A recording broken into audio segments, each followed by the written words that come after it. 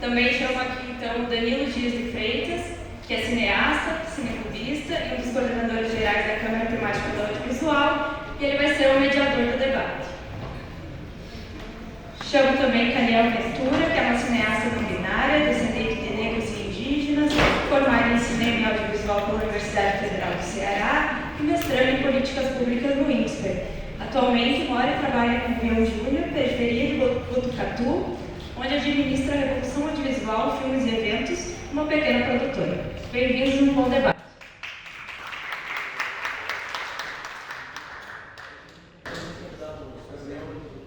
Certo, então temos um convidado extra, representando o Gabriel Rapaz, diretor de cultura, o Alexandre Sônico, chefe do Museu da Imagem do Som de Campinas.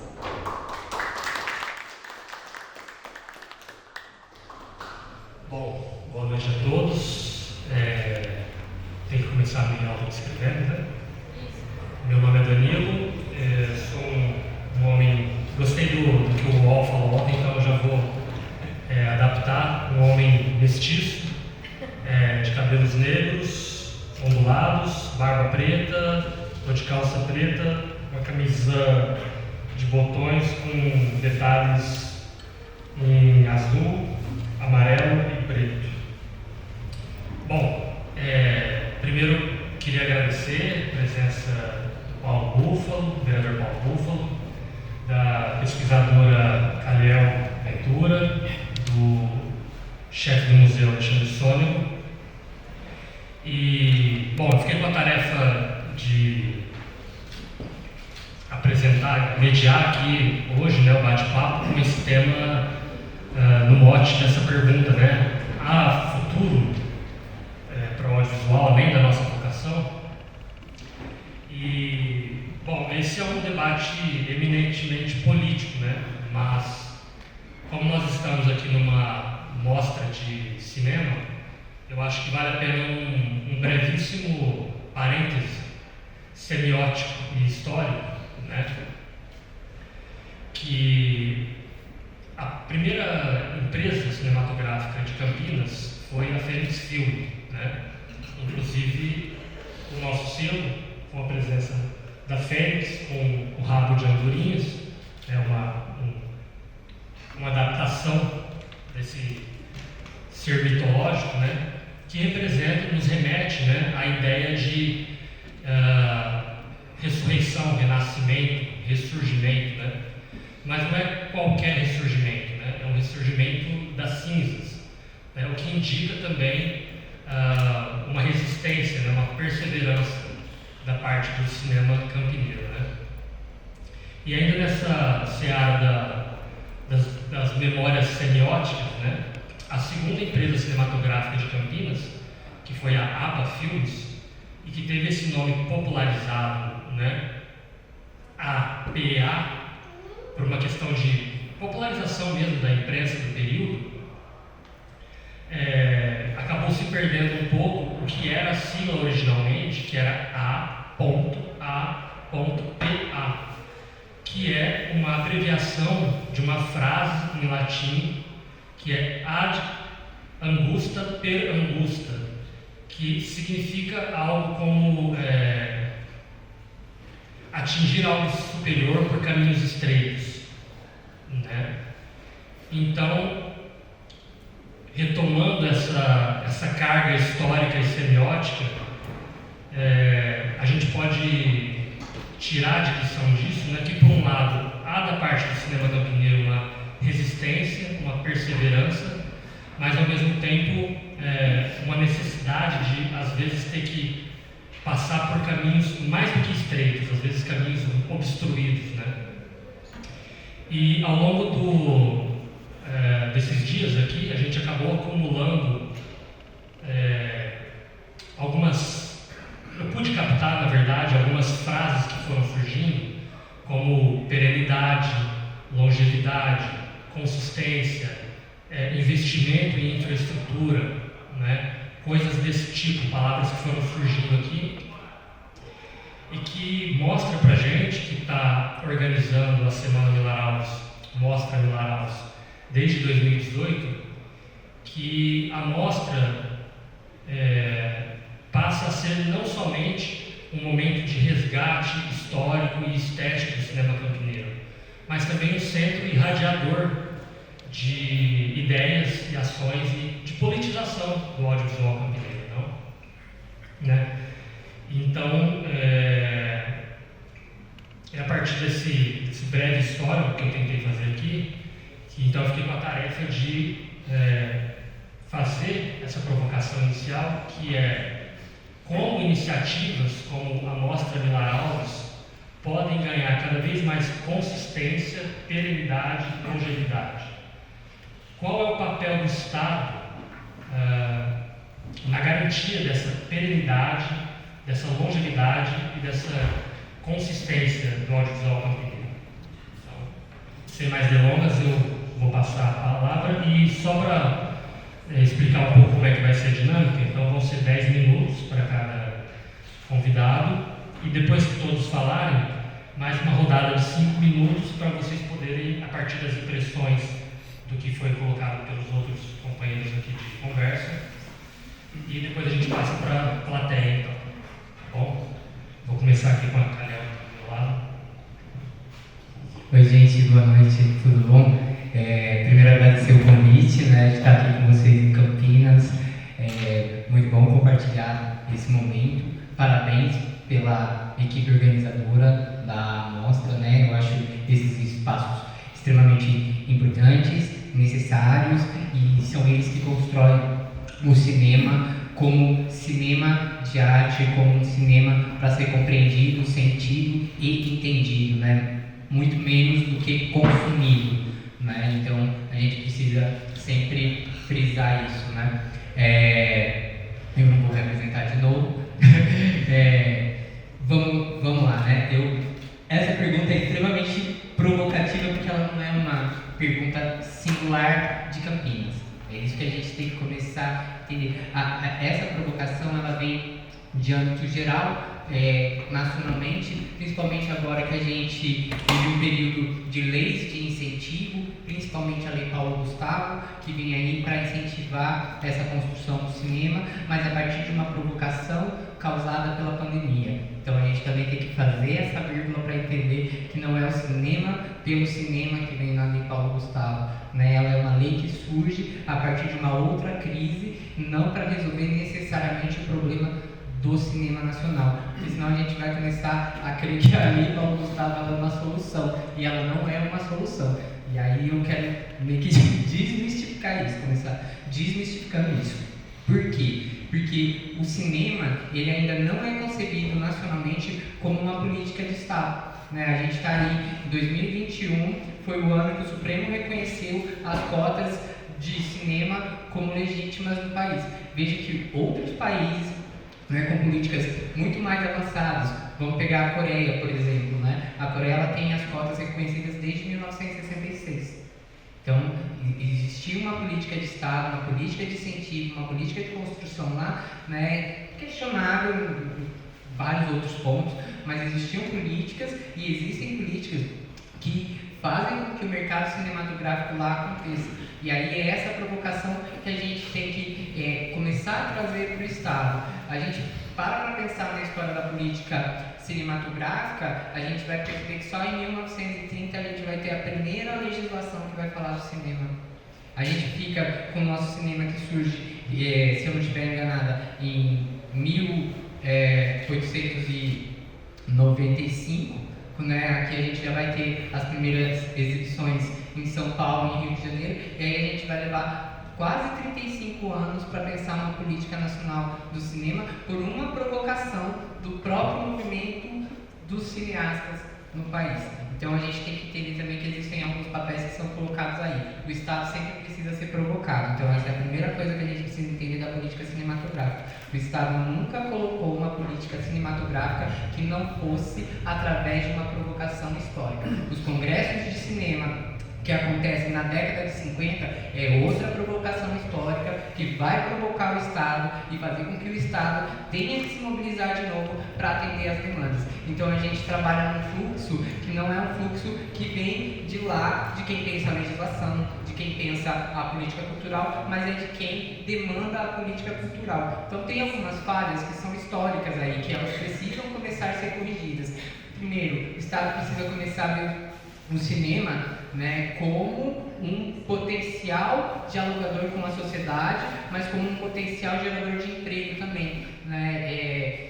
Eu gosto muito de pensar no cinema norte-americano como uma referência do que eles fazem com o cinema. Hoje a gente sabe que é um cinema hegemônico, que domina o mercado mundial e que está aí. Só que o cinema norte-americano, em 1909, né, começou a gozar de proteção do Estado. Então foi um cinema que foi protegido, foi um cinema que foi investido pelo Estado, foi um cinema que criou uma instituição que ia lá no Estado e demandava que expulsa o cinema francês, né, dos Estados Unidos, literalmente, né, começa a criar várias barreiras comerciais para proteger. Hoje, se a gente fala de proteção para o cinema nacional, parece que a gente está falando de um crime, né? Quando a gente vai falar principalmente para as grandes empresas que hoje também são nacionais, né? Mas ainda bebem dentro do cinema americano. A TV aberta é isso. A gente vê que o que a gente recebe de cinema, de filme, né, de produção audiovisual, os canais abertos muito pouco do que a produção nacional. Então tem toda uma construção social e política que precisa ser repensada, que precisa ser feita para que haja de fato, né, uma resposta positiva para essa pergunta. Há espaço? Há oportunidade de crescimento? Se a gente pega hoje né, o que é a política audiovisual colocada em âmbito mundial, a gente tem dezenas de plataformas hoje que são de vídeo. Se você falar com a juventude hoje, pergunta para eles o que eles utilizam: o TikTok, o Instagram. E o que eles mais consomem? O Reels, que são vídeos curtos, né, que é produção audiovisual, produzem o seu próprio material audiovisual. E aqui eu não vou entrar no mérito de qualidade, porque eu acho que isso não é o ponto central do debate, mas para dizer que hoje o mercado audiovisual, se antes ele era restrito aos veículos de exibição, né, de radiodifusão, de TV paga e as salas de cinema, hoje isso não existe mais. Hoje existe um campo aí gigantesco e a pergunta que fica é: como é que a gente tem preparado novos profissionais ou dado subsídios e condições dos profissionais que hoje atuam no audiovisual para que possam ocupar esses espaços, essas plataformas, né, tanto a radiodifusão, as salas de cinema, que também hoje em dia, né, a gente sabe que o cinema se tornou cada vez mais caro, menos acessível, quando a gente fala principalmente do cinema de shopping, porque vem ali embutido o valor do ingresso, o valor de segurança, o valor da limpeza, o valor vem. Então a gente tem toda uma estrutura que ela precisa ser repensada quando a gente fala se existe um cinema para além da vocação, porque a vocação nossa de produzir, de pensar, de escrever, de filmar, de colocar lá, ela precisa ter um espaço para existir, porque senão ela morre na própria vocação. A gente fica refém da ausência, na verdade, né, não é nem do espaço, mas de uma ausência de espaço para que essa produção possa circular. Então, o Estado, com baixo investimento, não adianta a gente achar que existe um investimento pesado, não existe. Não existe políticas, né? Se a gente para pensar em âmbito nacional, é muito pouco o que a gente tem hoje em dia. O que a Ancine faz é muito pouco comparado com outros países que têm políticas de audiovisual muito mais avançadas, né? Quando a gente vai para o âmbito do Estado, é pior ainda. O que a gente tem hoje em dia no Estado de São Paulo é o PROAC e a SPCine, que é na capital, né? Dificilmente você vai ter um município que vai lá, que coloca um investimento na produção, que fala assim, vamos financiar o cinema local. E aí você também, quando consegue produzir, onde que você vai exibir? Onde é que você vai colocar esse material? Entende? Como é que as pessoas vão passar a acessar o material audiovisual nacional para dizer eu consumo cinema nacional? Porque a grande crítica é o cinema nacional não é consumido. Mas onde é que ele é exibido para ser consumido? Entende? Aí fica nessa falsa dicotomia que é colocada pelo sistema de uma crise do cinema nacional. Eu acho que o cinema nacional já teve seus períodos de crise, mas muitas vezes provocado pelo próprio mercado exibidor. Entende? A gente vai ter ali todas as políticas de exibição que a gente tem historicamente são políticas que vêm muitas vezes de reserva de mercado. Muitas vezes essas políticas elas enfrentaram por parte das grandes produtoras, dos players internacionais, né, ações na justiça para serem derrubadas. Então muitas vezes essas políticas elas existiam de certa forma, né, se a gente pegar o INSE, o INC, né, todos esses organismos que existiram historicamente e que fizeram algo pela política nacional de cinema, sempre tiveram que lutar muito. Então, se a gente pensar na própria implementação da Ancine, né, que era para ser ancinável, que era uma proposta de regulação do cinema, junto com a proposta de regulação dos meios de radiodifusão para a inserção do produto nacional. O que acontece, né? Bastidores da história, não sei se é verdade, mas está lá nos livros e todo mundo conta a mesma coisa. Na semana que foi para ser aprovada a lei 2000, a medida provisória, né, 2881, né, que é da Ancine, há uma reunião entre o governo federal, a Globo Produções e a Ancinave deixa de existir para virar a Ancine. Entende? Por quê? Porque não se queria uma regulação do mercado que impusesse a exibição da produção nacional nesses veículos. Então a gente precisa pensar a política como um todo, a gente precisa pensar não só a legislação, né, mas quem incide sobre essa legislação, quem coloca realmente as demandas para o governo e quais são as demandas que o governo atende. Né? Historicamente, a gente passa por esse processo. Acabou meu tempo, gente. Então, novamente, né, todos, todas e todes, cumprimentar aqui a mesa.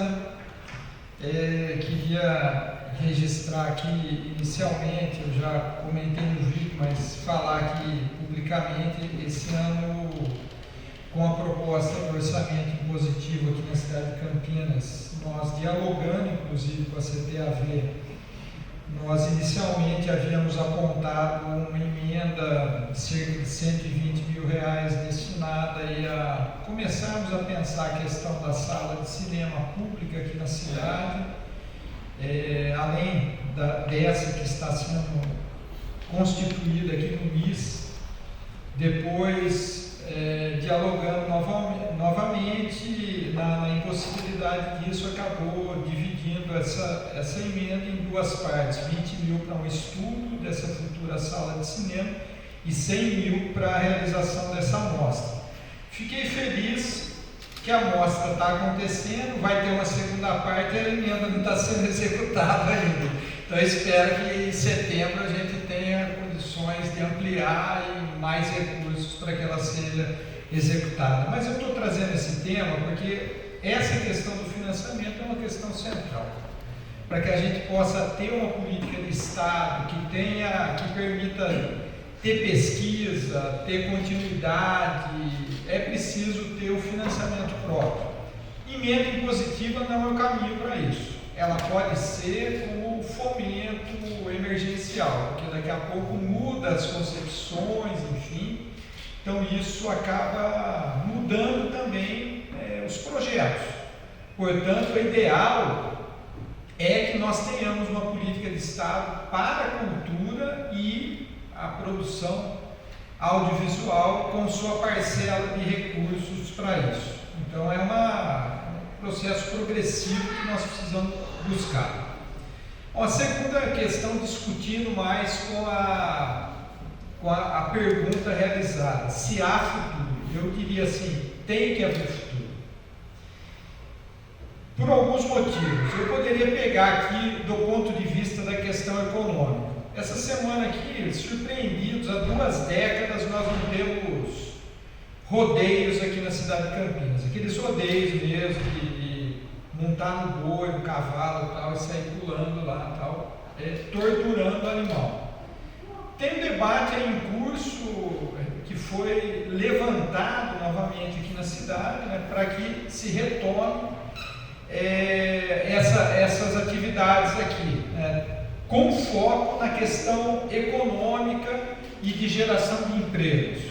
Aqui nós temos uma conexão com o passado, uma história, uma memória riquíssima, com potencial de geração de muitos empregos, de geração de recursos aqui para a cidade, que pode movimentar a cidade, um potencial fundamental. Podemos falar aqui de algo semelhante ao que está dado na SPCine, que fica lá reservado no estado de São Paulo, mas essa CTAV já discutiu, inclusive, com quem idealizou e hoje ainda segue na SPCine, sabe o papel que ela cumpre lá, que poderia cumprir aqui, enfim, poderia destacar esse aspecto. Destacar um aspecto da memória também, da importância dessa memória para a cidade de Campinas e daquilo que poderia potencializar o resgate, enfim, de alguns espaços aqui na nossa cidade a partir de uma produção audiovisual. Mas eu quero fazer um recorte da atualidade para falar que nós precisamos ter o futuro. Quer dizer, partindo aqui de Amiláia Alves, que pega uma questão de um conflito de terras há 100 anos atrás, nós estamos diante de uma situação que tramita no Congresso Nacional aí agora, né, uma CPI contra o movimento dos trabalhadores rurais sem terra, né, trazer esse aspecto não só do pioneirismo dele, mas de uma questão central que permite, exagerando aqui, permite levar numa sala de cinema e dizer assim, desligue os seus celulares. É verdade que nós não queremos desligá-los. Nas salas de cinema até desligue, mas eu quero fazer trazer esse aspecto, não do desligue o seu celular, mas preste atenção naquilo que está sendo produzido do seu celular, né? Então, essa produção, e aí chegando a além da regulação que nós precisamos para as grandes empresas que exploram as redes, a produção canalizada nessas redes precisa passar a disputar a concepção de figuras que entram lá e fazer o bandido, isso, aquilo, vou te matar, e aí você entra lá no perfil do cidadão, está fazendo coraçãozinho, está do lado da família, beijando o pé de santo dentro de igreja. Então, essa figura, o que levou essa figura a tal ponto? Então, o cinema, quando eu falo de desligar o celular, eu acho que é assim, vem cá que eu vou te levar para a história onde você se constituiu enquanto homem, enquanto mulher, com o seu gênero, onde você se constituiu nesse fascista, nesse preconceituoso, racista, machista, enfim, o cinema pode fazer isso, a produção audiovisual, ela pode fazer isso, e chamar para essa história com consistência, e talvez disputar esse coração, essas ideias que hoje se abrem aí. A gente sabe que nas próprias redes sociais elas têm vasto assim, o uso de robôs, de pessoas que estão ali, mas são robôs que estão ali por trás, né? Mas nós sabemos também que tem um contingente imenso de pessoas agindo dessa maneira. E nesse momento da história, nós precisamos disputar esse espaço. A outra questão, fazendo um recorte até que eu avalio que é possível o cinema debater, fazendo um recorte, pouco antes aqui eu passei na Marcha da Maconha.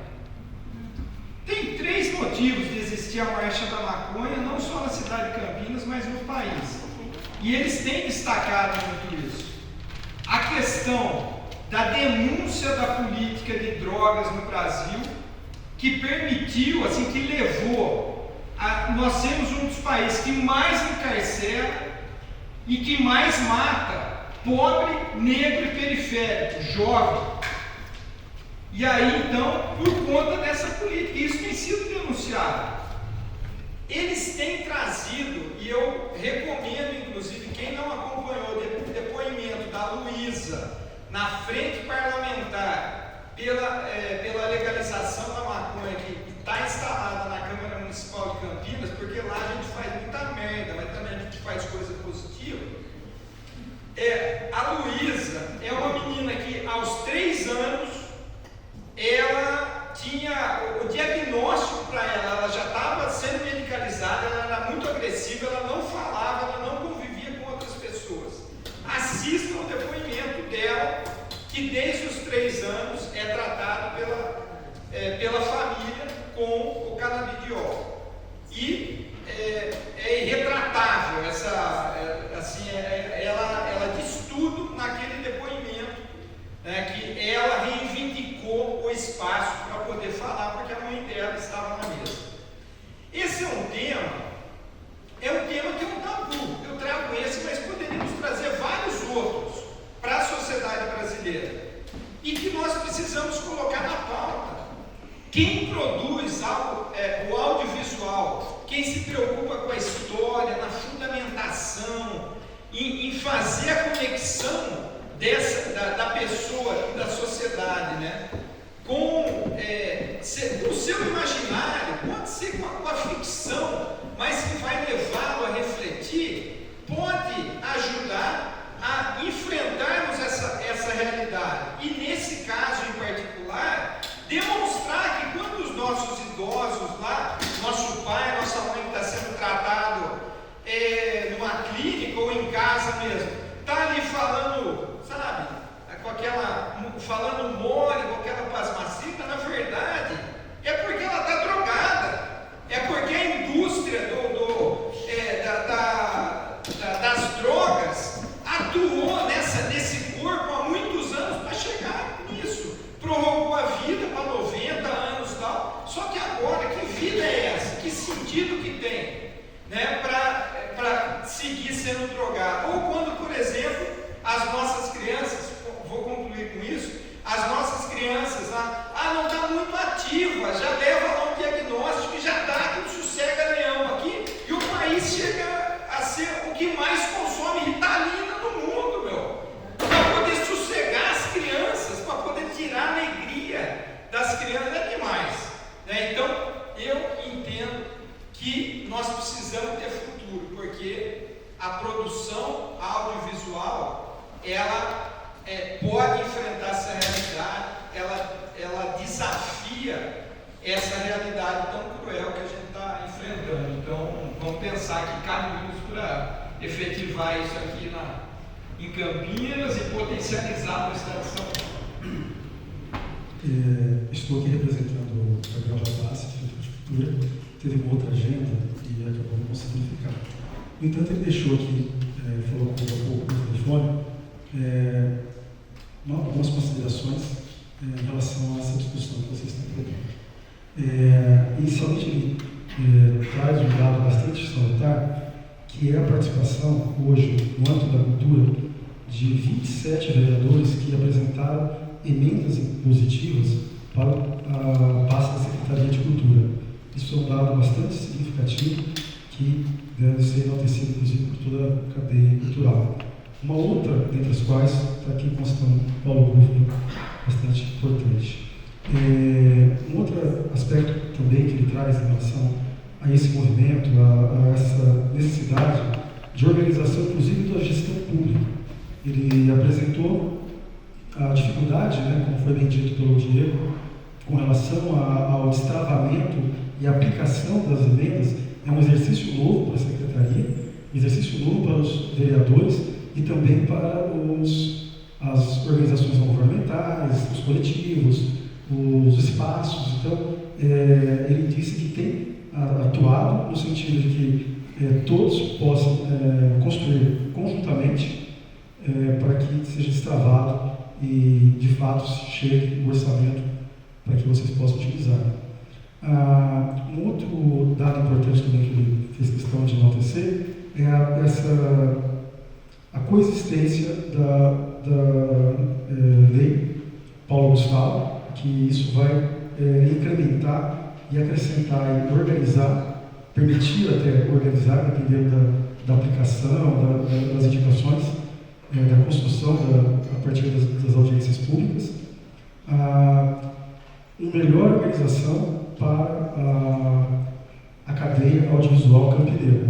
Então, esse exercício, e aí eu trago uma outra informação, uma outra contribuição, com a organização coletiva da Câmara Temática do Audiovisual, juntamente, Rebeca aqui representando, e Cine, nesse engajamento do interior paulista, isso faz com que o audiovisual se torne uma agenda na Secretaria Municipal de Cultura. Por mais que houvesse, sempre houve, inúmeras atividades, inúmeras produções em Campinas, nunca antes na história desse país, desse município, teve discussões, engajamentos, encontros, emendas, atuação tão importante como tem acontecido. Então, agora pegando um gancho para a discussão do que vocês apresentam com essa reflexão, primeiro eu quero contribuir um pouquinho com relação ao que é a cadeia audiovisual brasileira, que eu acho isso muito importante. Eu produzi um artigo num dossiê, você falou dos Estados Unidos, um dossiê que era sobre soft power. Para quem não sabe, é o poder brando, grosso modo dizendo, com relação à influência e repercussão de vários elementos, dentre os quais a cultura, que impacta internacionalmente sobre um país. E tem países que fazem isso muito bem. Estados Unidos, como você bem disse, a França, inclusive com difusão. Daqui uma semana nós vamos ter aqui uma sessão de exibição com a cônsul-geral da Hungria, na segunda-feira que vem, todos estão convidados, eles realizando aqui uma degustação de vinho, exibição de filme húngaro e uma exposição. Isso é o soft power. Eles querem incrementar e acrescentar e participar e apresentar as suas produções.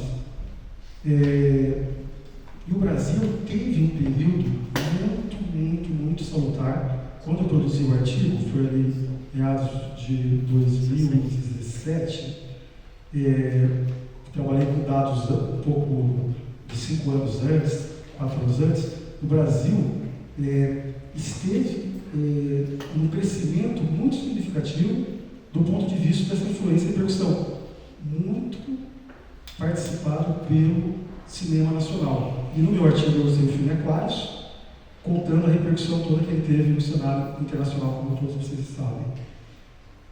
No entanto, com o advento do governo, depois do golpe, com o advento do Michel Temer depois desse último governo, nosso soft power cai. Então, quando ele fala da necessidade que haja esse futuro, ele é também para apresentar nossa cultura, repercutir nossas identidades e contar outras versões das histórias aqui produzidas. Com relação à administração municipal, esse movimento ele acontece de forma organizada. Numa segunda etapa, o que é necessário se constituir? Justamente que a Secretaria possa, em um segundo momento, ter, a partir das produções, agora da Lei Paulo Gustavo, depois do período de 5 anos da Lei Aldir Blanc, vai gerar um movimento na cidade, um movimento na cadeia da produção audiovisual tão pujante que vocês vão poder sentar com o poder público, ter condições de sentar com o poder público e dizer: olha o que nós produzimos, olha aqui onde nossas produções atingiram, olha aqui os resultados, que aí é uma coisa importante, poder também traçar dados econômicos dessa produção que vai ser desenvolvida nesse próximas etapas, que isso mostra quantas pessoas, isso nós temos do ponto de vista nacional, estadual, mas quantas pessoas participam da produção de um filme, quantas pessoas são mobilizadas, quantos empregos diretos e indiretos são produzidos.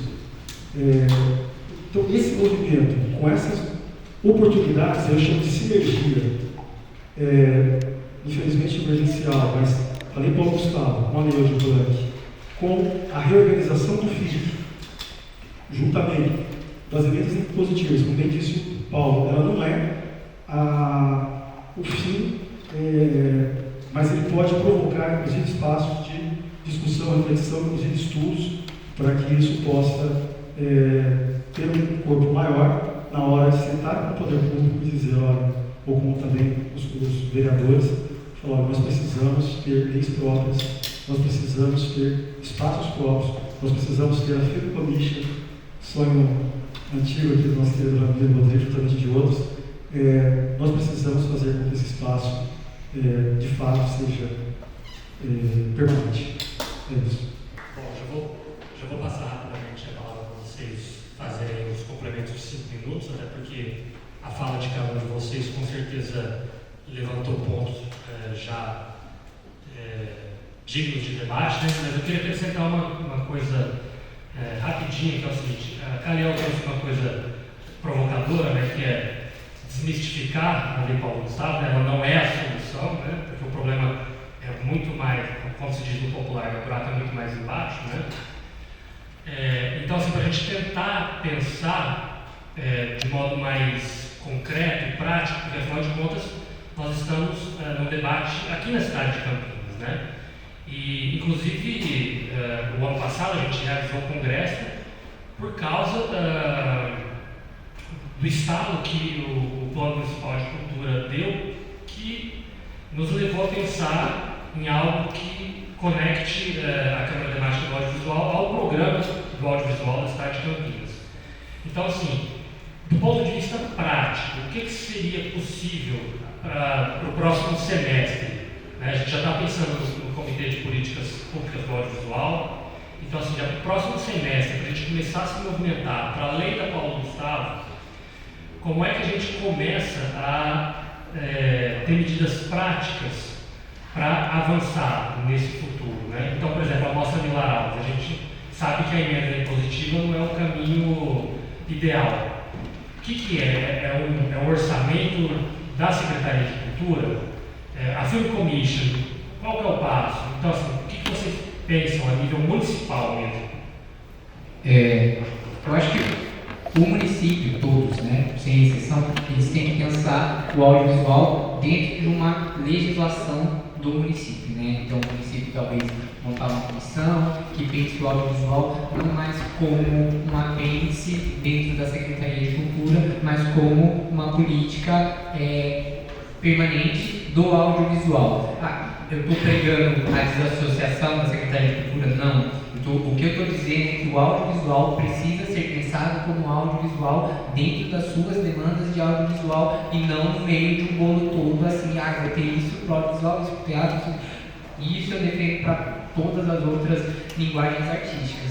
É importante mapear os recursos que o município tem. O que o município tem? O município tem cinema, o município tem um canal de televisão, o que o município tem relacionado com o audiovisual como um todo? E tem que estar dentro dessa legislação como esses dispositivos vão ser utilizados para a própria produção audiovisual. Eu vou dar um exemplo lá de Botucatu. A gente tem uma TV Câmara que não tem absolutamente nenhuma produção audiovisual na cidade. Ou seja, um espaço que poderia ser aproveitado, um espaço que poderia ter a produção local inserida, mas não tem. Mas também não tem nenhuma legislação que faça com isso. A Lei 2.485, que é a que reserva 3 horas e 30 minutos na TV paga de exibição de produto audiovisual nacional, você tem uma dimensão, ela aumentou a produção do Estado de São Paulo, do Rio de Janeiro, em 8 obras audiovisuais por mês. Parece pouco, mas não é. Para quem produz uma obra audiovisual, sabe o trabalho que dá, o tempo que leva. Imagina você ter um espaço reservado na TV local, o quanto isso ia estimular a produção localmente. Então, é preciso que localmente se pense uma política de exibição, de estímulo e de financiamento. É preciso ter uma verba lá, uma política específica, olha, do orçamento da cultura 0,2% vai para o audiovisual. Por quê? Porque dá para a produção local pensar e se estruturar dentro de algo existente. Você não pode ficar refém da sorte. Hoje a gente fica refém da sorte no estado de São Paulo. Isso não é política de audiovisual. Entende? Se o Estado quiser lançar um edital, que é o PROAC, de 2 milhões ele lança, se ele quiser lançar de 1 milhão ele lança. A gente não consegue se organizar, a gente não consegue ter uma produção efetiva hoje. Quando a gente fala de produção de filmes, tem uma rentabilidade que volte, entende? Muitos filmes, quando a gente vai ver, 40% do orçamento foi investido em quê? Divulgação. O que o município investe na divulgação das obras audiovisuais da cidade? Qual é o espaço que o município reserva no seu site oficial para dizer, olha, o João produziu isso, a Maria produziu isso, vai consumir isso no cinema XYZ? Entende? São coisas às vezes que parecem complexas, mas são simples, que você facilita o acesso da população. A gente precisa ter uma política de produção e de acesso. Se você não pensa nessas coisas, produção e acesso, você não tem política de audiovisual. O que você tem é uma produção escassa, solta por aí, e vai assistir quem gosta ou quem é meu amigo que soube que eu fiz o filme e foi lá assistir o filme porque me conhece. Não porque houve uma política de incentivo. Quantas escolas tem lá um cartaz com a programação do mês dos cineclubes da cidade? Nenhuma. Então, como é que a gente vai fazer essa política girar se a gente não constrói a política de forma efetiva da comunicação, da divulgação, da acessibilidade? Então, essas questões não são difíceis. Agora, se não há vontade política, aí fica complexo. Se não há uma destinação de verba do município, fica complexo. Aí fica dependendo da emenda impositiva, que não é o caminho, porque às vezes ela pode sair, às vezes ela pode não sair, vai depender do gosto do prefeito. Se o prefeito gosta da cara do vereador, não gostou da cara do vereador, ele vai lá colocar um monte de obstáculo, dizer que é difícil, que vai investir em outro canto, não investe em nada. Então a gente precisa criar mecanismos que garantam a efetividade da política. Eu não consigo pensar em outro mecanismo que não seja uma legislação municipal.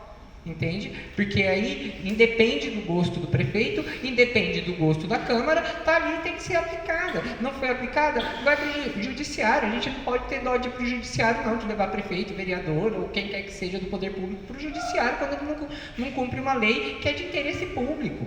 Então, entende? Precisa ter isso. A gente precisa ter um elemento concreto que diz o que a gente tem direito no município para o audiovisual, para que a gente possa cobrar. Enquanto não tiver isso, é sempre essa disputa de braço de força, entende? Se a gente não vai lá e provoca o poder público, se a gente não mobiliza a sociedade, se a gente não faz um monte de coisa, não acontece. A exemplo da França, só para dizer, a França é tão pioneira que a França é o primeiro país no mundo que impôs uma cota de exibição para os serviços de streaming. Entende? De 20% a 25% da produção francesa tem que estar no o serviço de streaming, tem que reservar de 20% a 25% e ainda tem que investir. Essa é a legislação francesa. Tem como falhar? Tem como não ter espaço para um cinema? Tem como você não ter vontade de produzir porque você sabe onde você vai exibir? Não tem.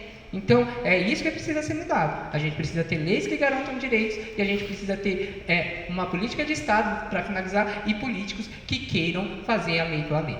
É isso. Acho que a Caliel traz aqui questões relevantes para que a gente possa pensar. Fazendo um recorte só dessa questão do orçamento impositivo. Como eu falei, que é o primeiro ano de execução disso. Então, nós vimos já um conjunto de problemas do tipo seguinte. Na área da saúde, por exemplo, a saúde trouxe ali um conjunto de projetos e acrescentou que recursos poderiam ser destinados a parceiros da Secretaria, prestadores SUS Campinas. Alguns parlamentares colocaram recursos nisso, entre os prestadores, na maternidade. Depois, com aquele problema que teve na maternidade, ficamos sabendo que ela tem um rombo financeiro que todo mês acomete ali os recursos. Como que nós vamos prestar contas disso? Então, recursos que foram para a maternidade, entrou nesse caixa que já saiu para pagar dívidas. Outra situação, na área de assistência, nós, há muitos anos, ao lado de muitos parceiros, nós lutamos o seguinte: recurso da assistência deve passar pelo conselho, que é deliberativo, e do conselho, olhando para a política, deve ser destinado à entidade A ou à entidade B. Isso foi uma luta com muita gente ao longo da história, mas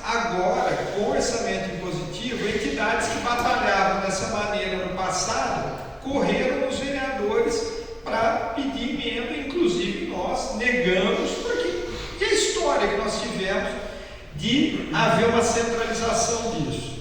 Bom, e outras, como a cultura, nós estamos vivendo esse drama da execução. Primeiro que são recursos de custeio e, portanto, precisam ser executados no âmbito legislativo.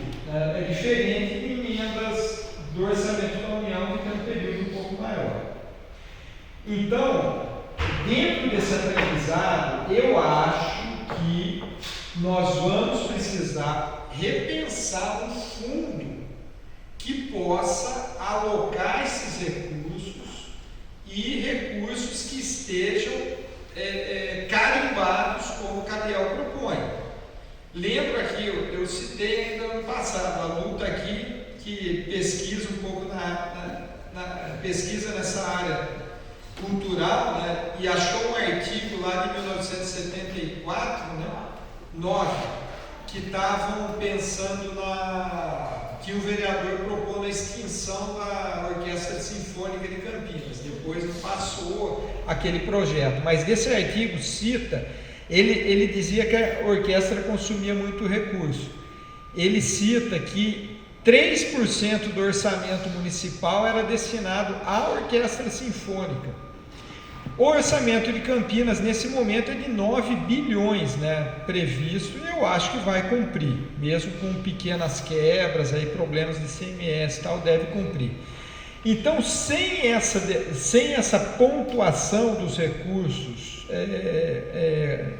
sem carimbar esses recursos, dificilmente serão executados de forma a atender as áreas das políticas públicas como um todo, em particular da cultura que nós estamos aqui debatendo. Então, é o momento de fazermos esse debate, porque a secretaria, ela recebeu um recurso considerável, recursos de emendas parlamentares. Essa não foi a única que nós apontamos para o Carnaval, enfim, para outras, e a do Carnaval foi a única executada. Então, é o momento que nós devemos debater isso e colocar na pauta. Em relação à exibição, acho que a ideia, eu não sei se há alguma coisa para a questão da TV Câmara, mas nós podemos buscar, pesquisar isso no regimento. Recentemente nós propusemos um conselho, inclusive, que possa controlar que possa fazer a programação da TV Câmara, porque ela não pode ficar a serviço da mesa, da presidência, ela deve servir a Campinas, a partir do legislativo, portanto precisa ter um conselho editorial, inclusive, que faça o parcelamento para atender os interesses municipais. E nós apresentamos recentemente, a partir de uma proposta que surgiu aqui de integrantes, inclusive do CTAV, a ideia de que as salas comerciais, ao invés daquelas esquetes iniciais antes da exibição dos filmes, possam exibir curtas com produção local e quiçá produção nacional, enfim, mas que tenha essa destinação. E acho que nós temos agora que seguir no diálogo para poder executar esse estudo proposto para esse ano. Porque ano passado, quando nós abrimos a discussão de uma nova sala pública de cinema aqui na cidade, o tema que emperrou foi um pouco em torno disso. Mas nós temos um estudo que faça, que analise tanto girar uma sala para que ela volte, por exemplo, lá do Carlos Gomes, para que volte a ser uma sala de cinema, ter noção de custo, enfim. Então acho que nós precisamos efetivar isso. O tempo já está zerado. Bom, foi provocado pelo Danilo, eu vou trazer alguns indicativos. Não sei a facilidade de execução disso, mas uma parte, inclusive, já está em curso. Atualmente existe, eu participei inclusive da fundação desse programa, é o programa Cinema e Educação da Rede Municipal de Campinas. Isso tem contribuído, aqui no MIS especificamente, nós oferecemos inúmeros cursos de formação do ponto de vista de produção audiovisual, também na curadoria e também no exercício do cicloturismo, para que essas escolas, esses professores, esses agentes, esses monitores tivessem essa experiência e pudessem ali começar a exibir. As formações específicas que a gente atuava aqui é muito no âmbito do cinema nacional, para que de fato pudesse chegar aos alunos das escolas públicas. E esse programa permanece. Então tem um programa, tem professores destacados, profissionais, CPs, professor pedagógico, nesse programa de cinema e educação. Inclusive articula para que haja deslocamento para mostras de cinema. No passado ele foi destacado um ônibus para participar da Cinema Pop. Esse ano também estão mobilizados para isso. Realiza-se também a mostra estudantil de cinema, que tem aí como produção as produções de professores, alunos, realizadores desse espaço, além também de abrir do âmbito nacional e internacional, que agora se tornou Rede Kino, algo maior até. Continuando falando sobre educação, eles criaram recentemente aí a TV Educação, um canal específico da educação. E nós compartilhamos, assim como também com a TV Câmara, o acervo do MIS, principalmente os filmes realizados pelo FLIC, para que pudessem ser exibidos lá. Mas eu faço aqui um indicativo, por que não essas sessões ou esses filmes possam ser adquiridos, aquisição, não só como espaço de difusão, como local de difusão, mas também que a Câmara, que tem um orçamento razoável, não sei se a TV Câmara talvez teria essa condição, isso é uma questão de realizar esse estudo, e a educação, a TV Educação, pela Prefeitura Municipal, tem um recurso bastante significativo. O que é que precisa somente desse material que seja feito de forma solidária? Por que não pode ser adquirido? Então, eu acredito que essa é uma discussão que a Câmara Temática, bem como a Organização Sociedade Civil e os vereadores podem até intermediar para que vocês aproximem desse espaço. Sentar mesmo, ter uma agenda com a Secretaria de Desenvolvimento Econômico, a Cultura e o Prefeito, para que eles conheçam. A Alexandre Cantora esteve aqui, começa a entender um pouco mais. A Adriana Foz, ela conhece, ela entende, ela compreende toda essa importância. E o Prefeito? Infelizmente ele não pôde vir, mas tem que sensibilizar, trazer dados, pegar pesquisadores, apresentar para eles ali os elementos, os números que vocês têm e começar a provocar essa agenda para que tenha algum desdobramento. Também coloco aqui um outro dado importante que o Paulo Bufo pode ajudar nesse processo, trazendo mais demanda, que é efetivar a parceria com a SPCine. Nós estivemos na SPCine há quantos anos? Nós estivemos lá e foi descoberto o caminho que seria plausível para conseguir essa parceria que seria muito estratégica. O percentual concedido pela Prefeitura era muito pequeno com relação àquilo que seria proporcionado por eles. Então, essa discussão tem que voltar, ela tem que retomar. Eu também ainda apresento como indicativo um consórcio da RMC, com a participação dos diferentes municípios da RMC, contribuindo, assim como tem consórcio intermunicipal de saúde, a GICAMP, algo vinculando o cinema, o audiovisual, para quê? Para que se dialogue e contribui e promova isso no âmbito da região metropolitana, não só pensar supostamente em Campinas.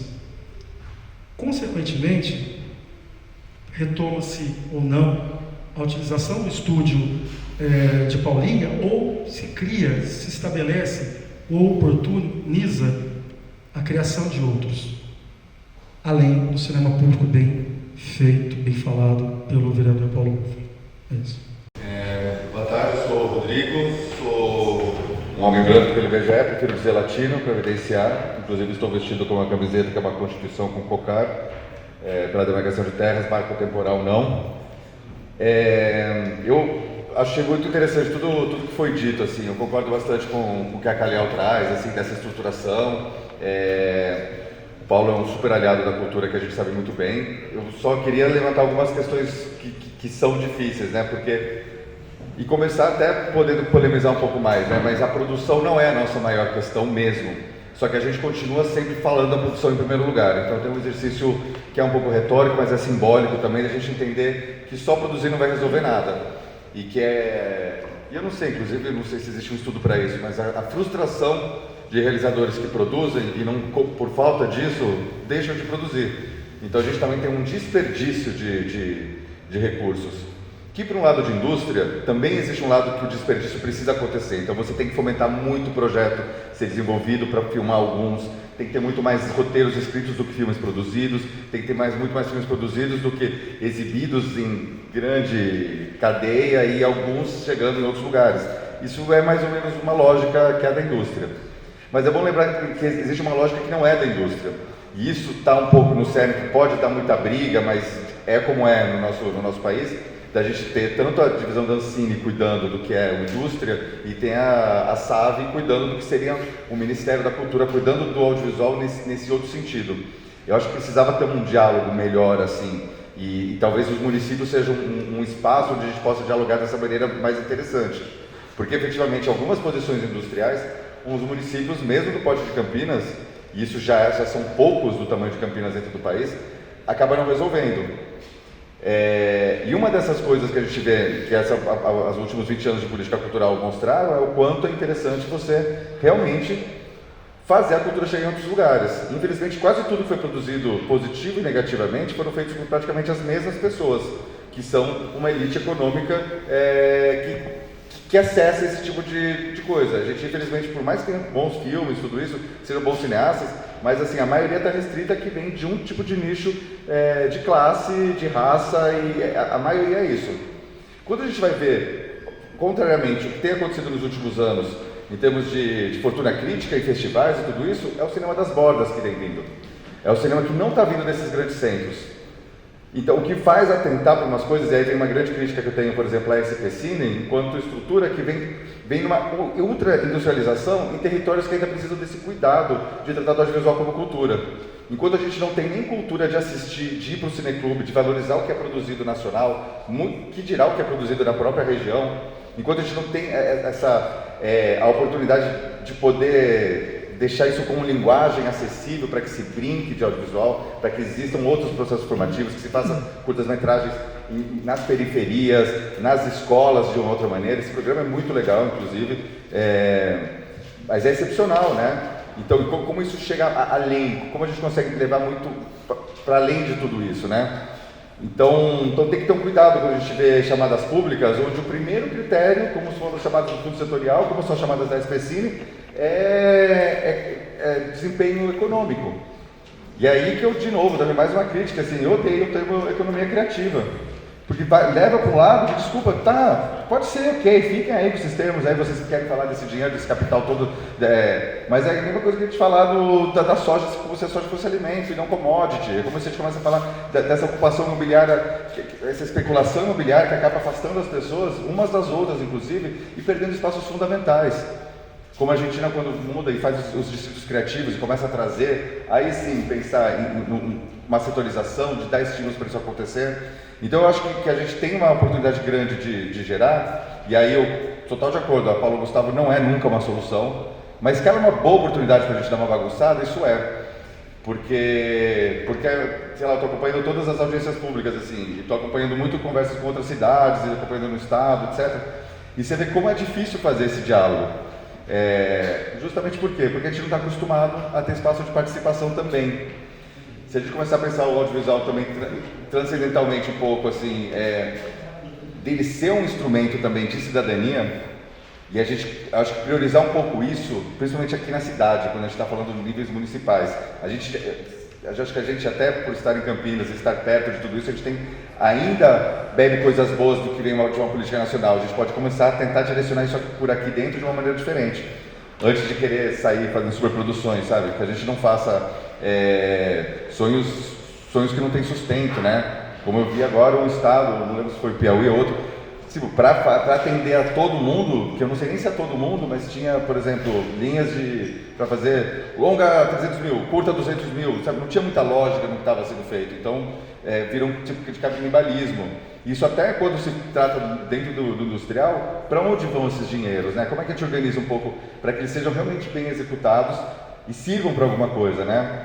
Então acho que realmente o nosso gargalo maior é onde está a exibição, é como a gente vai ver esses filmes, mas como que a gente prepara as pessoas para quererem ver esses filmes, né? E isso é uma luta gigante, porque é a valorização da cultura. Não adianta só a gente colocar também, de repente, fazer obrigatoriamente, colocar no shopping center, obrigar a ter filme ali, além da cota de tela, porque eu não sei se isso vai dar certo. Quando a gente conseguiu emplacar, mas o cinema emplacar a exibição de curtas-metragens antes dos longas, nos anos 70, isso virou total contra o cinema, e começaram a produzir filmes de encomenda só para poder entrar naquele lugar.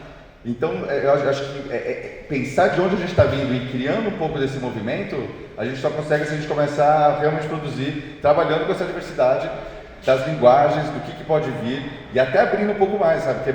Dando um pouco de liberdade para entender o que vai ser o que pode vir de futuro. A gente fala desse futuro que a gente vai, e talvez a gente está muito preso a um passado de formatos de realização, de estruturas, de como a gente vê essa produção. Mas talvez justamente se a gente começa a olhar ela e conseguir compartilhar essas visões e trocar ideia com outras pessoas, sei lá, gente jovem que vem, gente de outros lugares, outras culturas possam começar a imaginar isso diferente, até em termos de formato, né? Então não sei, só umas reflexões assim. Olá, boa noite. Me chamo Jandilson Vieira, faço parte do SATEC de São Paulo, Sindicato dos Artistas e Técnicos do Estado de São Paulo.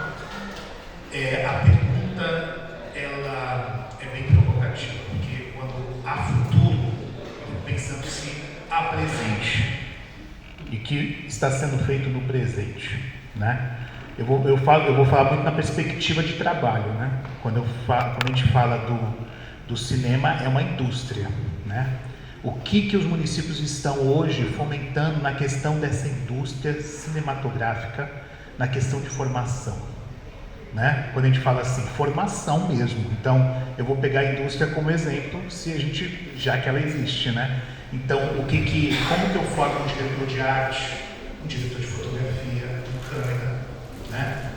Existem políticas hoje, aí é uma questão, nos municípios que façam esse tipo de formação. Um jovem da periferia, o próprio vereador falou ali, um jovem está buscando outras perspectivas, por que não tem formação no cinema para esses jovens? Cadê as formações? Isso não existe as formações, né? Então, assim, a gente precisa preparar esse presente, porque senão, se eu não preparo esse presente agora, né, eu não vou ter perspectiva também desse futuro, né? E preparar esse presente justamente para que a gente possa fazer dessa sociedade uma sociedade que acesse o cinema. Não adianta você querer colocar o cinema em algum lugar e achar que a população ela tem obrigação de ir ali, ela não vai. Se você não fomenta a formação, você tem jovens que têm interesse em cinema, né? Então, assim, eu estou falando a parte do jovem, mas pode ser a partir da infância também. Então, pensar nisso. E aí, quando fala há futuro para além da nossa vocação. Que vocação? De quem? Qual vocação de quem? Precisa se questionar quem tem essa vocação. E se tem essa vocação. Porque nem todo mundo conheceu o cinema assim, porque deu um estalo, eu sonhei e falei, agora eu quero fazer cinema. Não houve isso. De alguma forma você foi provocado para que você chegasse ao cinema. Então, nem tudo é sobre vocação. Vocação também tem que ser trabalhada também enquanto política pública de formação, né? E que cinema é esse que a gente está falando hoje, né? A gente vai pegar o exemplo, então, vamos falar de números, né? Já que existe economia criativa. Vamos falar de números, né? 230 bilhões em 2020, pesquisas, né? Que revelam que a cultura ela levantou essa grana, 230 bilhões para um governo que não existia Ministério de Cultura, né? A gente conseguiu arrecadar isso. Então, assim, qual que é a dúvida sobre colocar colocar a cultura como um projeto de mundo, né? Um projeto de sociedade, de tornar as pessoas cidadãs. E aí eu digo uma outra coisa, até mesmo para o poder público, né? Assim, de pensar, a gente está falando aqui da cultura, porque a gente sempre quer uma fatia maior da cultura, porque a gente sabe que a gente colabora muito com a questão social, porque a gente carrega também a questão social com a gente, né? Porque a gente tem que abarcar a menina, o menino da periferia, tem que colocar ele para trabalhar, sabe assim? Porque a gente pode ter condições de tirar um valor aqui para que ele possa fazer alguma coisa, ter o conhecimento do cinema e juntar não só a parte de cultura, mas tem que pensar também em política de trabalho. Secretaria de Trabalho tem que se envolver, Secretaria de Cultura tem que se envolver. Né? Já que a gente não tem a fatia que a gente precisa, essas secretarias elas precisam ser envolvidas e precisam ser instigadas até mesmo para que tenha formação nas áreas que eu falei que é público. Né? Obrigado. Boa noite. Eu só ia dizer, foi falado aqui da exibição dos filmes na TV Câmara e TVs públicas, né? Só lembrar que isso já aconteceu algumas vezes, né? Na TV Câmara, em TVs comunitárias, e na própria TV da Secretaria de Educação, porém não remunerando os filmes. Então, o que eu queria lembrar é que quando for feita essa criança, lembrar que os filmes têm que ser remunerados, porque senão não profissionaliza a coisa, né? Não vira, nem é para ser mercado, mas o cineasta só ganha quando está produzindo, porque aí o filme não vira um produto que dá retorno, né? Então, só lembrar disso aí, que essas exibições não são só para promover, né? Todos os colegas aqui já ouviram, não, quem você vai ganhar divulgação em troca, né? Ou você vai ganhar um pouco mortadela, mas além do pouco mortadela de divulgação, tem que ter esse retorno também, né? Quanto, como, não sei, aí é o caso da gente sentar e discutir se foi filme feito com recurso público, como o FII, como o PROAC, o valor seria menor, porque o cara teve apoio, se foi filme feito totalmente independente, a remuneração tem que ser maior, mas isso eu acho que tem que ser pensado. Muito obrigado. Oi, eu sou a Rebeca, sou uma mulher parda, tenho 1,70 m, cabelos castanhos, levemente ondulados na altura dos ombros, estou usando uma camisa social de linho branco e uma calça verde músculo, cintura alta e uma bota marrom avermelhada. E queria agradecer a Caliel, em especial, por ter vindo de Botucatu até Campinas para participar da mesa. E gostaria, aproveitando, né, que a gente estava falando sobre a questão das cotas de tela, né, que é uma grande política que funciona, né, em vários países. Quando a gente tenta executar, ela sempre é boicotada, né, mas é um caminho interessante a se insistir, acredito, né, porque ela já vem acontecendo. Então, gostaria de falar sobre o projeto de lei da cota de tela estadual, que o deputado Luiz Marcolino está levando isso na Aresp. É uma iniciativa de Piracicaba, da Cena 14, de uma produtora de lá, junto com um mandato coletivo do PV de lá, que apresentam essa possibilidade de que dentro do estado de São Paulo a gente possa exibir os nossos filmes feitos no estado. E esse projeto ele vai ter uma discussão na MESP, dia 26 de junho, inclusive. E acho que ele é um indicativo de um caminho interessante para a cidade de Campinas. Acho que o vereador Paulo Búfalo tem um projeto ou uma iniciativa nesse sentido que acredito que seja um caminho interessante a tentar, pensando que o projeto de lei da cota de tela estadual já está acontecendo. Acredito que aqui na região seja um caminho possível, se seja através das TVs públicas, seja nas telas dos cinemas comerciais, mas acredito que a legislação ela é um caminho interessante e viável que a gente pode tentar fazer com que seja cumprido de fato, né? Porque a aparentemente esse é o caminho. É isso. Vamos lá. Eu acho que são várias provocações e um tempo curto para falar sobre todas. Mas eu acho que tem a seguinte questão, né? A reserva de espaço, para ela ser executada, ela precisa, primeiramente, que os espaços existam. Então, eu acho que essa é a primeira coisa. Esses espaços existem, esses espaços são factíveis, e eles têm a cidade, que também não adianta a gente pensar uma política de reserva de espaço para um espaço que não existe. Então, acho que a gente tem que demandar do poder público a existência desse espaço, né? Concordo que tem que ter as formações, mas as formações elas têm que ser tanto profissional quanto a formação de público. A gente tem hoje uma legislação que coloca exibições nas escolas, né?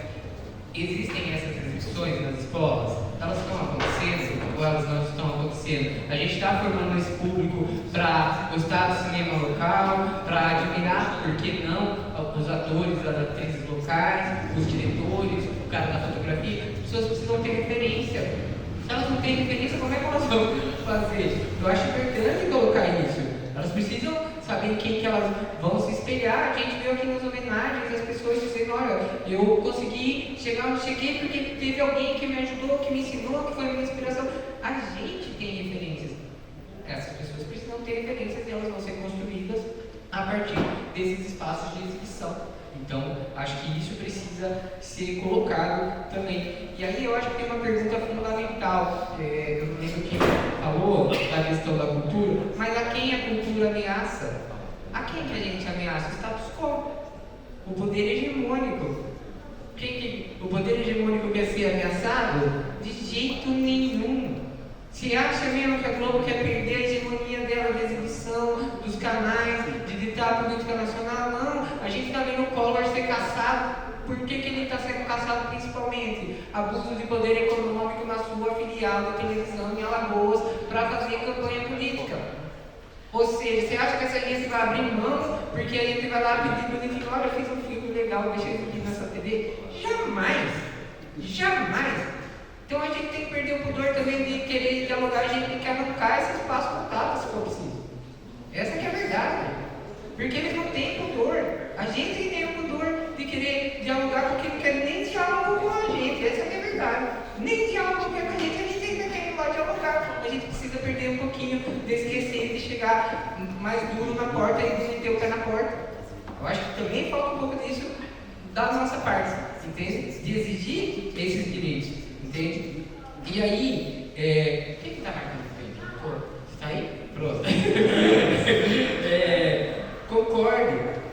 Tem que existir uma política de remuneração, inclusive nas TVs comunitárias, nas TVs pagas, entende? Mas também precisa haver um estímulo do poder público para o investimento em patrocínio. Não adianta só ter lá, né, o PROAC e ICMS, mas não existe por parte do poder público uma educação para as empresas investirem em arte. Aí você chega lá na empresa, a empresa não sabe nem do que você está falando. Então não adianta. Você tem que chegar lá e educar também as empresas. Se você quer criar uma política de fomento indireto, com captação do artista e não tem empresa, então você vai lá também, enquanto poder público, e educa a empresa que ela tem que investir. Entende? Diga para ela que isso gera lucro para ela, gera visibilidade, porque só a gente tem que receber visibilidade. Deixa ela receber visibilidade só também. Entende?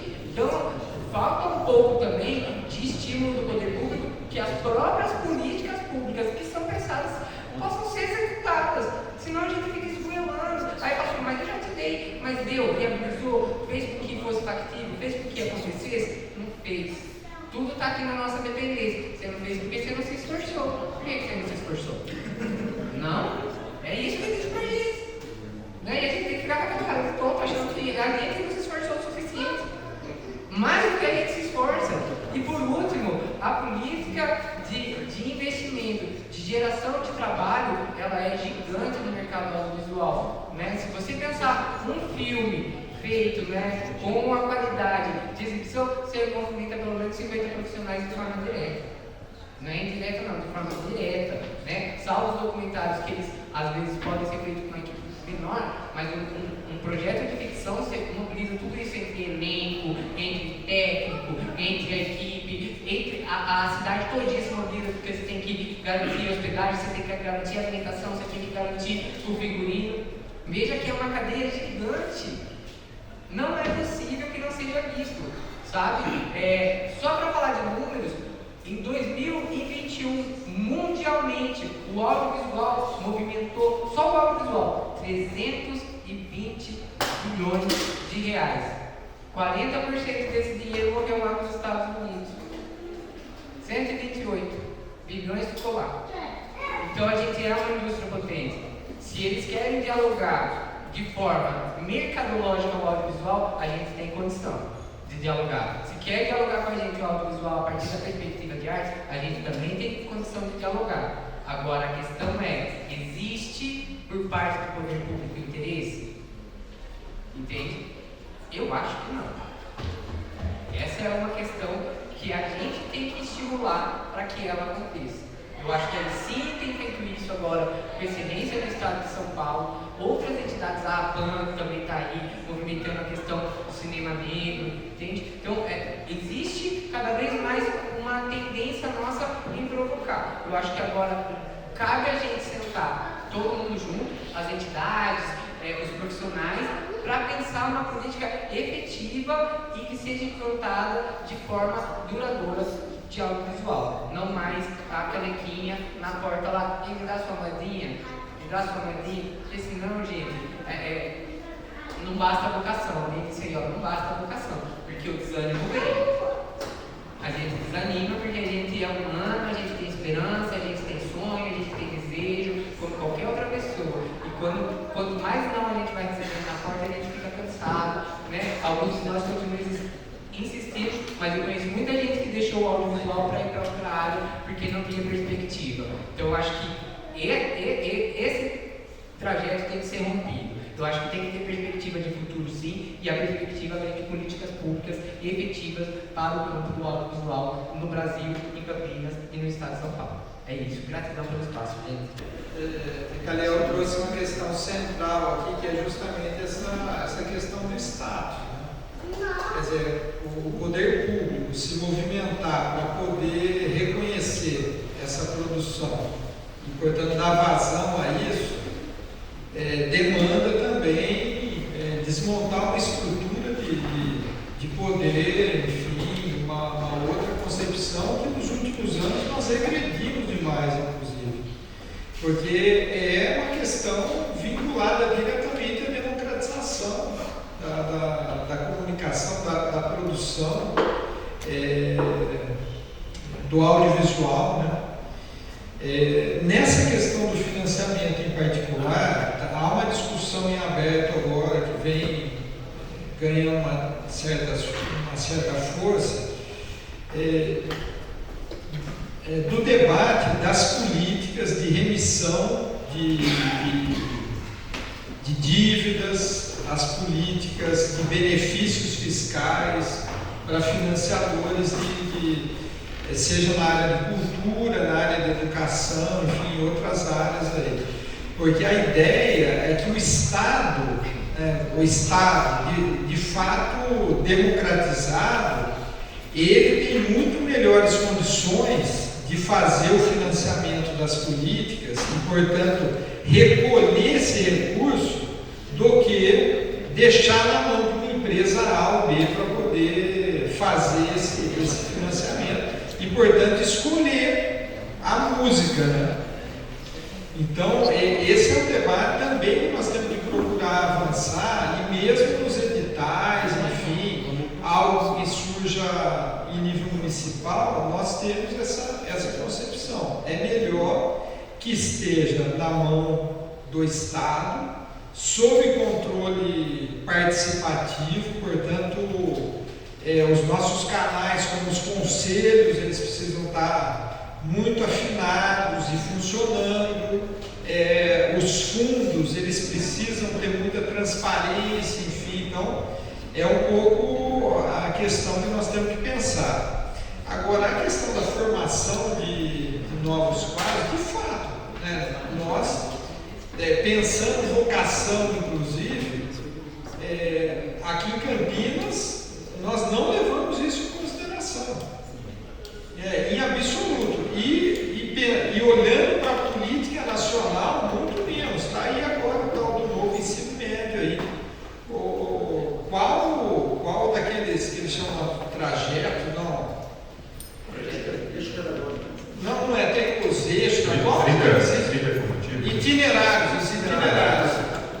Dialoga, por exemplo, com essa indústria, né, com esse potencial econômico.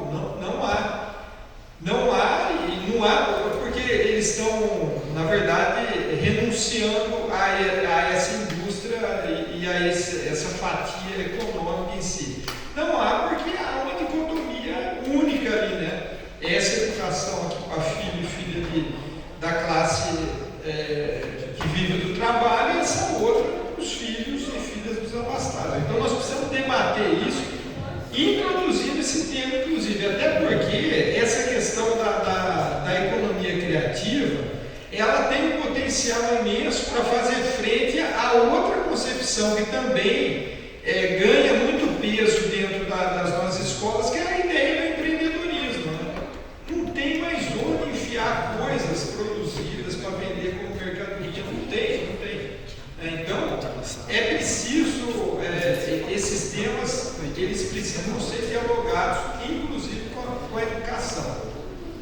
Por isso, para que a gente abra canais, para que elas passem a compor o currículo, para que passem a ser tratado no cotidiano da escola, mas também porque a educação tem dinheiro, tem muito dinheiro. Não o suficiente para a gente dar conta da democratização do país, mas em particular a cidade de Campinas, eu quero fazer um recorte, porque investimentos na educação aqui, nos últimos anos, foi um escândalo, gente. Convenhamos. Compra de materiais didáticos, e compra de imóveis com dinheiro da educação aqui na última década, teve uma festa. Compramos o Ateneu, o Casarão da Júlio de Mesquita, o Teatro Bento Quirino, com todas as salas de aula do antigo Colégio Batista, e está em curso a compra ali do prédio do Correio Popular. Salvar ainda esses falidos aqui da nossa cidade, a oligarquia falida, hein? Com o dinheiro da educação. Então isso não pode prevalecer. Estou falando aqui, mas tenho falado em outros locais. Então esse recurso é melhor que a gente possa ter projetos que integrem a questão, a educação, a cultura, leve, e só os editais não dão muito conta de fazer isso, né? O edital mais cultura na escola, como surgiu aí, não dão conta disso. Então, é possível, se quer de fato fazer essa integração como política de Estado, enfim, tanto pelos espaços físicos, as escolas estão em falta ainda, mas elas estão por toda a cidade, como do ponto de vista de fazer a formação, enfim, e pensar como nessa indústria, enfim, nesse campo da produção criativa e da produção audiovisual, cultural na cidade. Então, finalizo aqui, agradecendo demais o convite e mantendo o mandato aí à disposição para que a gente siga dialogando sobre esses temas, né? Lembrar que eu continuo na Comissão de Cultura, mas não estou mais na presidência, né? Teve lá uma certa articulação ali que na segunda metade desse mandato acabou sendo assumida por uma pessoa da base do governo, mas nós seguimos ali na comissão, que for possível encaminhar, nós vamos encaminhando. E os projetos, é possível que no próximo período aí a gente apresente algumas das ideias surgidas aqui desse debate. Obrigado. Qual o seu nome? Jandilson. Então, você perguntou um dado muito importante sobre, eu anotei aqui, sobre as oficinas, formações. Então, recentemente, Campinas acabou lançando um edital para oficinas, para que proponentes da sociedade civil possam apresentar propostas de oficinas. Não é demarcado para cada setor, então pode haver para o setor audiovisual, pode haver para a formação teatral, canto, diversas linguagens artísticas. Então, esse edital é um possível, inclusive eu fiz algumas cartas de anuência por aqui, tem indicativo para a área audiovisual, mas não é uma garantia, porque vai passar por uma comissão, por pareceristas, análise de documento, mas nós torcemos aí que possa ter alguma coisa nesse sentido, mas com política de Estado, infelizmente, não há. Foi bem dito falar sobre a questão das cotas nas escolas públicas. Existe a lei 13.006, ela é de 2014. Cria-se a obrigatoriedade, inclusive ela já está linkada na LDB, na Lei de Diretrizes e Bases da Educação Nacional, para que se exiba pelo menos 2 horas de filme nacional nas escolas. Agora, quem faz esse acompanhamento? Campinas tem um programa, ainda tem ações que faz com que algumas unidades, assim, seja por professores, diretores, conseguem ter uma agenda, mas não existe, infelizmente, um acompanhamento do cumprimento dessas legislações. Em Campinas ainda tem um pouco mais de facilidade para que isso aconteça. Eu penso, nos municípios do estado de São Paulo e nos municípios do Brasil? Quantos tem um projetor? Quantos tem uma caixa? Quantos tem uma caixa de som? Quantos tem alguém que vai promover essa atividade? Com relação à TV Câmara, é isso mesmo, Maurício. Eu havia falado, para ter a aquisição mesmo, a cota aquisição, tanto a TV Câmara como a TV Educação. E eu gostaria que você já estabeleceu algumas sugestões aí, que aqueles que tiveram apoio municipal, estadual, federal, qual o valor que isso seria acreditado. Então, por isso que é muito interessante construir dentro desse espaço coletivo de vocês, da Câmara Temática Audiovisual. E por fim, para poder concluir, bastante necessário que vocês, que todos, todas e todos, façam um plano estratégico, crie essa estratégia, porque são diversos frentes de atuação, de ocupação, de demandas. Na fala de quem esteve aí ao longo da semana e na mesa aqui, percebeu-se isso. Então, crie essa estratégia a partir dos caminhos proporcionados, além dos encontros da Câmara Temática. A Janice já mencionou que vai ter um encontro da Câmara Temática. Quando, Maurício? Dia de junho, mas não sei a data. Alguma coisa nesse sentido, já, inclusive para discutir a Lei Paulo Gustavo. Isso é muito importante, que vocês estejam articulados, juntos, crie estratégia para que vocês continuem fazendo acontecer. Muito obrigado. Obrigado mais uma vez a Daniel, ao Búfalo, Alexandre. Passo a palavra para nossa Duda.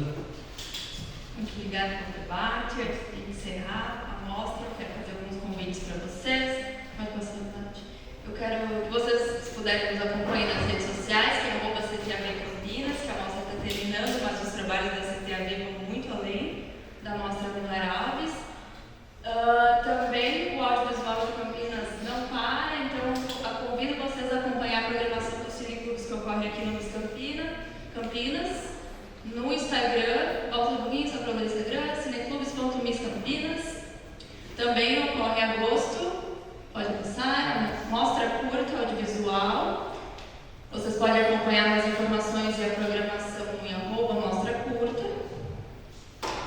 E também a gente se setembro, né, que é quando também vai ocorrer então, o encontro do ICINE, que é o Fórum de Cinema do Interior Paulista, que vai ocorrer aqui em Campinas.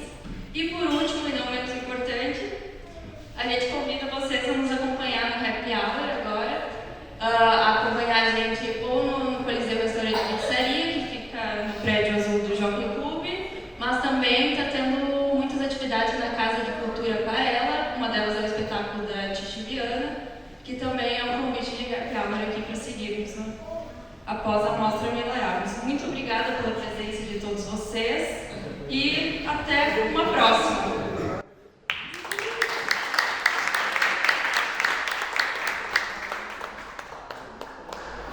Obrigado.